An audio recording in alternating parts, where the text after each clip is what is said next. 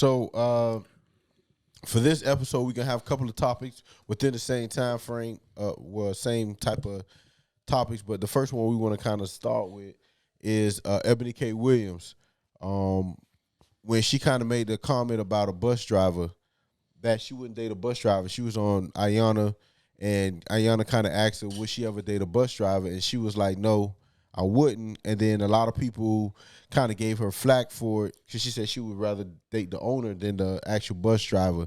Then she went on her show and doubled down and started talking about black excellence and saying that we as a black community accept mediocre and average, and we're not successful and we need to do a better job. Then she went on the Breakfast Club and they kind of challenged her a little bit more. Again, she changed a little bit of how she was discussing it. She was saying that settling, which I think triggered a lot of people too, because being a bus driver or working what's an essential job is considered settling. So like when y'all heard it, what was your thought about it? What you was thinking as it was going on? Yeah, so like let me put it this way. When I first heard her talking to Ayana Van Zandt, I didn't watch the whole snippet or the whole show to understand what was going on. But I understood where she was coming from, where she was saying that she wouldn't, for her eyes, right, that she was settling if she went with a bus driver. Not to knock the professional person, whatever, but in her eyes, being that her status is, I believe she wanted somebody to be as equal to her status or close to it. What you mean financially? Financially or even a job-wise. Because I do know some people now, like think about it, when you think of a profession. So I can say I own a bus company, right? And you are a lawyer.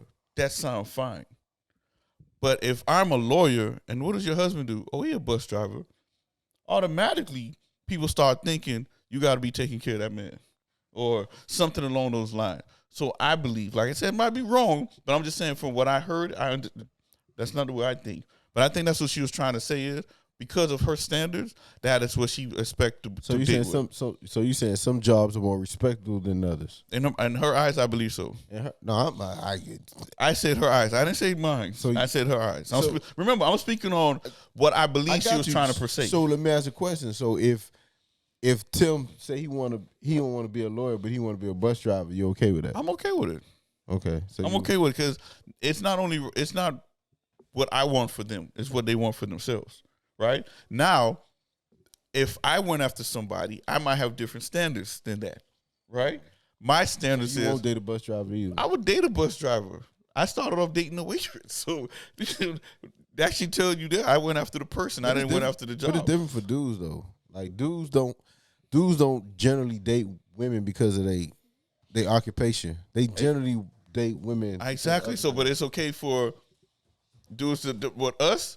But for us to do it and not the woman to do it, that's what I'm saying. For her, it should be fine what she did because that's how she felt. And we can't give her flack because that's what she wants. Who's going to run in her household? That's my on the Ayana Van Zandt. Now, when she went to these other shows, I think she made it worse because she didn't double down and say, yes, that's my preference. That's what I want. You can't ruin me for who I want. And I'm not just putting down these professionals. I just don't see them as being with me.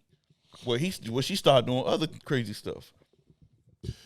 I'm gonna take it a little bit deeper somewhere else. I think what she did was show how most women, I'm going to be honest, how most women view men. I believe it. I agree. And how the world actually views men. Yep. Because if for you to reject someone just based off their title and have no background story, she didn't ask the question, well, is this person in school? Mm-hmm. Is this person working towards something? Is this person's side job? Are they someone who in the morning picks up kids as a bus driver and they go back home and they work and do another job? She didn't ask if they're good, if this person was a good person, if the physical features was attractive. Soon as she heard a title, she dismissed it. So to me, I feel like that's how, and I don't want to bash women, but I'm gonna be honest because I hear most women talk about it like this. Whenever a woman gets mad at a man, she attacks 3 things: his sexuality, finances, and his penis size, right? Or how good he is at being. Or how good he is. That's penis size. Yeah, That's so all. like sexuality, like you know, like whatever. Yeah. That's what they do. All superficial things, right? Yep, I agree. But when they're in a relationship, it's all, you know, all I want is a man to talk to me, communicate to me, be nice to me, whatever. But as soon as you break up, oh, he was broke. Oh, he had a centipede. Oh,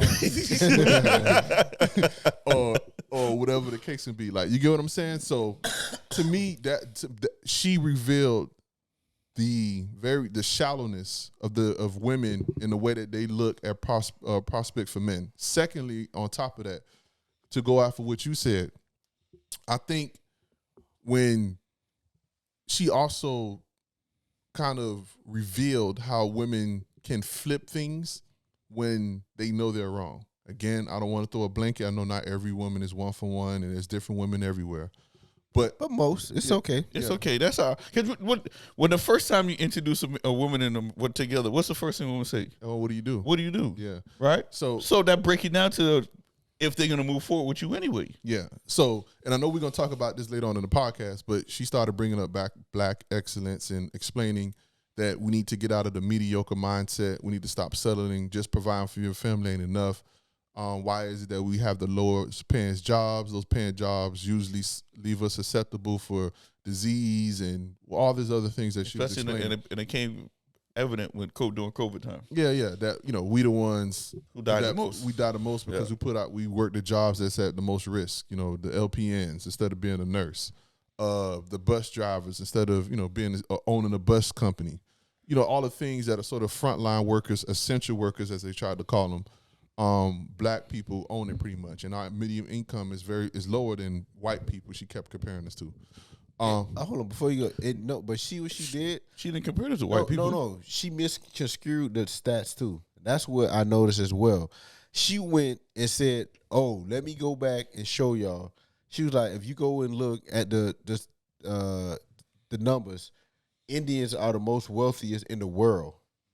Rather than use the numbers from United States, she used the world so she could say, "Oh, white people in the middle." You get what I'm saying? Where you have so many nationality, whereas white people impact America. Yeah.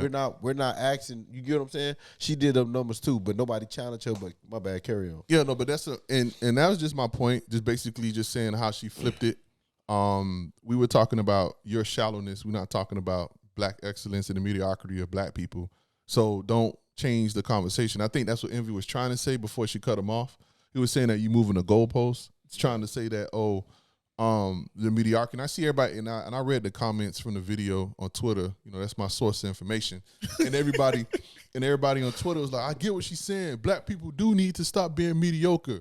And I know we're gonna talk about this conversation. People is like just like people always saying 6 figures. 6 figures ain't really nothing. You get what I mean? So superficial, so shallow. Like that's what's the problem in our nation today. So that was my reaction, to be honest with you. So a couple things. I think something that we gotta accept as a society and understand as well is that there's double standards for everybody. Certain groups, the demographics have certain double standards, and that's fine. Again, yes, it would be nice to have it where everybody's equal and everybody. Nah, we know that ain't. So again, I don't have any issue with a beautiful young lady requiring the dude that she date be financially well off. I do. And look good to the eyes, right? Yeah. That's how it's supposed to be. And I don't have no issue with the beautiful young lady saying I need a dude that gonna take care of me. Just like I don't have no issue with a dude with a lot of money saying I need my girl to look beautiful. Yep. Yeah, somebody did say you can look at somebody's wife and know how much money they make. Yes. Yes. So me as if I'm the guy with the wealth and have the money and I have the option to choose from any female I want, I'm gonna be picky. And again, mine's gonna be because men are generally visual. Yes, I want my wife to be beautiful. Yeah. I don't care about the rest of that stuff. Same way if you beautiful, again, I know people gonna get on here and tell me ugly people can get. Nobody's ugly. I get it. Don't give me no rare occasion when an ugly girl got a wealthy husband. We ain't on that. We understand, and don't tell me people ain't ugly. We all know what ugly is, right? So I think for me, I don't see if we could just accept that. If she just admit, yes, I'm beautiful. Yeah, I want somebody rich too. I don't want nobody, I think what we miss though, that's 1%. You get what I'm saying? For us regular people, a bus drop, like I get what they saying mediocre, but if you're a regular person, if you're a person that makes under 6 figures. But if you make on the high end, if you telling me as a bus driver, you have potentially, because again, there's 2 types of bus. Because see, this yellow cheese wagon bus driver and the Dade County bus driver, it's a different tax bracket, right? And like a truck driver. And too. a truck driver. So what I'm saying is, if you as a female is dating, and I think that's what she missed too. If you as a female dating a guy that's a truck driver, a bus driver, and say again, I know they can make any kind of money. I know, you can throw numbers out there, but say if that bus driver's making $60,000 a year, right? You as a person come in and you bringing your income and you making $60,000 or a little bit more. That's a household that bringing in 6 figures. Can't live in Miami. You can. You can still live in Miami. When people say that, you know what it is? They want to live in Miami and want to buy every Jordan that come out. They want to go to every party. They want to go. You can live, but you just got to be a little bit more frugal. No, moderate about you spending extra money. You can do the notion that a certain amount of money don't get you a certain amount of things. That's when you want to go buy a Louis bag. That's $3,000. You don't need that. But you can still live. If you covering your mortgage, you covering your insurance and stuff like that, the bills, and then you have some money to go on trips every now and then. Yes, you can buy some shoes here and there, but because we tell ourselves that we need to live a lavish lifestyle, what most people won't have. I think if you be mindful and smart about where you spend your money, fly Spirit. You don't have to fly United. You get what I'm saying? Go on a trip through the week because that's the cheapest. You get what I'm saying? Like finding things like that to still be able to obtain some of the joy that you want. I think it's not a bad thing. And like I said, at the end of the day, but I think because she's trying to protect her image, she's trying to protect her brand, she's trying to protect all the other stuff. She didn't want to come out and say, yes, I am a shallow person, and the only person I will date is somebody who meet my status. And there's nothing wrong with that. But I think it is. But she should have owned up to it. No, what I'm saying is because that's your preference. We can't, like you said, we can get upset what people prefer, but we can't get mad at them because that's what they prefer. Would you date Terrell? Would you date would you be with? Well, let's not date because we know dudes can rock. Would you marry someone that's ugly but successful? No, when there's somebody I'm unattracted to, no. No, she got to look good, right? I had to be attracted to her. She gotta look. That means she gotta look good. I gotta be attractive. But to go back to what he's saying about that is, for me to first talk to you. If she was rich, hold on, my bad. But I'm just so if she was Oprah money, would you? If she's not, yes. She's if we're talking about scale, sacrifices to be made. Okay. Sacrifice. But I'm just saying, in real life, in order for you to approach somebody, it has to be something about that person to attract you to them. So I'm not just going to walk over to somebody who I don't feel take that back. Attractive. No, dudes that's on the top that generally look well. Do what? So no, I'm saying look good. I'm just saying, boss. I'm just saying in general. No, even a dude who's not attractive, or what you call. Listen, even a dude who's not attractive, ugly dude would take whatever they can get. No, they will try to go after the one that looks good. If you look at a bunch of the not so handsome dudes, ugly dudes, they try to go after the finest girl out there. But they won't. But they will marry. See, you missed the point. You missed the point. What I'm saying. But I asked Terrell, would he? You missed the point. The ugly dude would marry. See, like Terrell is saying, under no circumstances other than Oprah money, I'm marrying an ugly girl. But you're not understanding what I'm saying. Marry an ugly girl. No, you don't understand what I'm saying. See, y'all two examples are different. Basically, Tim, what you're saying is that you wouldn't go approach a girl, but I think in Tavara's scenario, a ugly girl is coming and approach you, and and she said like, "Hey," and then you like, "Hey," and then you research who she is, and she's Oprah's daughter, and you like, "Dang." You know what I'm saying? Then it changed the whole perception. It changed the whole thing. Now I got you. I understand. Now I'm gonna text back. You gotta check. You gotta see if what their relationship is. But then you gotta understand. But that's how relationship people are. People are very visual people, right? Even when I say visual, they're looking at what you look like.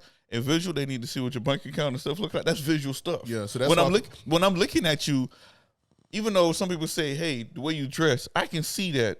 That you dress like your dad? You put some money in there. You understand what I'm saying? Like you putting some money into your gear. You putting some. I see you walking around with your shoes on. Like, oh man, they got Jordan. So maybe they got a little something. All right. So let me let's switch gears a bit. All right. So second question, right? So you don't hold on before I forget. So so the ugly girl walk up to you, turning her down. No, he's not turning her down. She rich. But I don't mean rich. What I'm saying is generally ugly people congregate with other ugly people. I've turned down ugly women before. I know why, because you feel like you're attracted, correct? No, because I'm not attracted to you. I'm not. But listen, look, listen. Here, because before you met, what I'm saying is the reason why you turned down this ugly girl is because you and your past experiences have dealt with women at your occasion, have not. So you have not struggled with saying you don't went to this club 10 times and never met a girl. They all turned you down. Then when the one time you get to this ugly girl approach you, and you as an ugly person gonna say, "Dang it, I gotta do what I gotta do." You as an attractive dude is gonna be like, "Still no." Am I right? I don't know, bro. It don't matter what I look like. I still can't deal with no ugly girl. But let's get on to this. Let's my point exactly. You can't deal with them because you feel like yourself that you can do better. Yeah. So let's go to the second question. We talking about money. The second part. And we just talked about looks. Looks matter. Go ahead. So the second part of it is all this coming down from money and what's your worth and all this other stuff. Another subtopic that happened under the comments was what's enough. What's stable. What's enough. We're gonna keep the example to Miami. Obviously, this is where we film. This is where all of us live. I think maybe 90% of the people that listen is in Miami. 99.9. And their family. That's in Miami. So one of the things that was under there was they were saying 100K is like broke. That's nothing. You can't live in Miami with that money. If you make 100K a year, can't live in Miami. If you do live in Miami, you live in an efficiency. You living with somebody. You need a roommate or you need a partner. There's no way you can live on your own in Miami on 100K a year. That's a lot though. Like that, you need somebody. So that's a lot though. my question to y'all. Do y'all think 100K is average, above average? What is financially stable to y'all?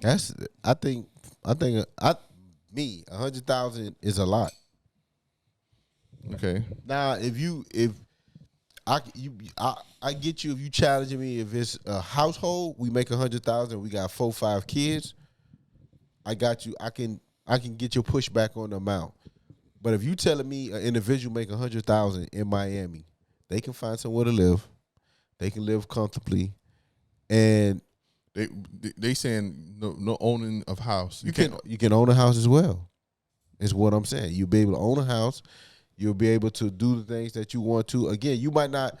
Yeah, you might have to be restrictive on some of the things you do. You might have to be limited on. But for me to think that all these homeowners, a lot of them don't make 100,000 a year. Yeah. As a matter of fact, 17%. Dang, I was supposed to ask y'all this question, but I'll ask it anyway. What percentage of homeowners in Florida make over 100? 17%. Well, let me guess. But all right, is that the household or that's like household income or like individual? That's just a household. Yeah. So I'll break down the stats for you. So households, right, in Florida. This is I'm getting this from the MiamiDadeMatters.org. Citing it just to make sure I cite my Yeah, I use it all the time when I write my grants. All right, so That site? MiamiDade.org, they mentioned, I asked, what percentage of Floridians make over 100K based on this. So households. So this means they're saying households. That's either 1, 2, or 3. They just say household and Households, together. yes. That means everything that's happening in that house. Okay. So these are the top 3 answers. So the top one, which is 17.71%, makes, and this is that means this is 1.5 million households make between $50,000 and $75,000. 17%. The numbers actually go down as you go up in income. So from 75,000 to 100K, which is about 1.1 million households, make 12%. There's 12% of households that make between 75,000 and 999,000. For 100K to 125K household now, this is about 800,000 homes. That's 9%. Hold on. And that's South Florida. This is Dade County, basically. Yeah. We got a lot of people living in Dade County. Yeah. That's a lot. Yeah, when I did the census, I remember it was close to 3-point-something million people living in Dade County. Dade County. Yeah, and I think too. I think that's I think and let's say 2 people that this is crazy, and this is a crazy stat to me. It says that between 125,000 and 150,000, 6% of people make that. So I just want to know, right? You think people are saying it because they're aspiring? People don't make it, and they just don't know. They see a number. What makes you think people?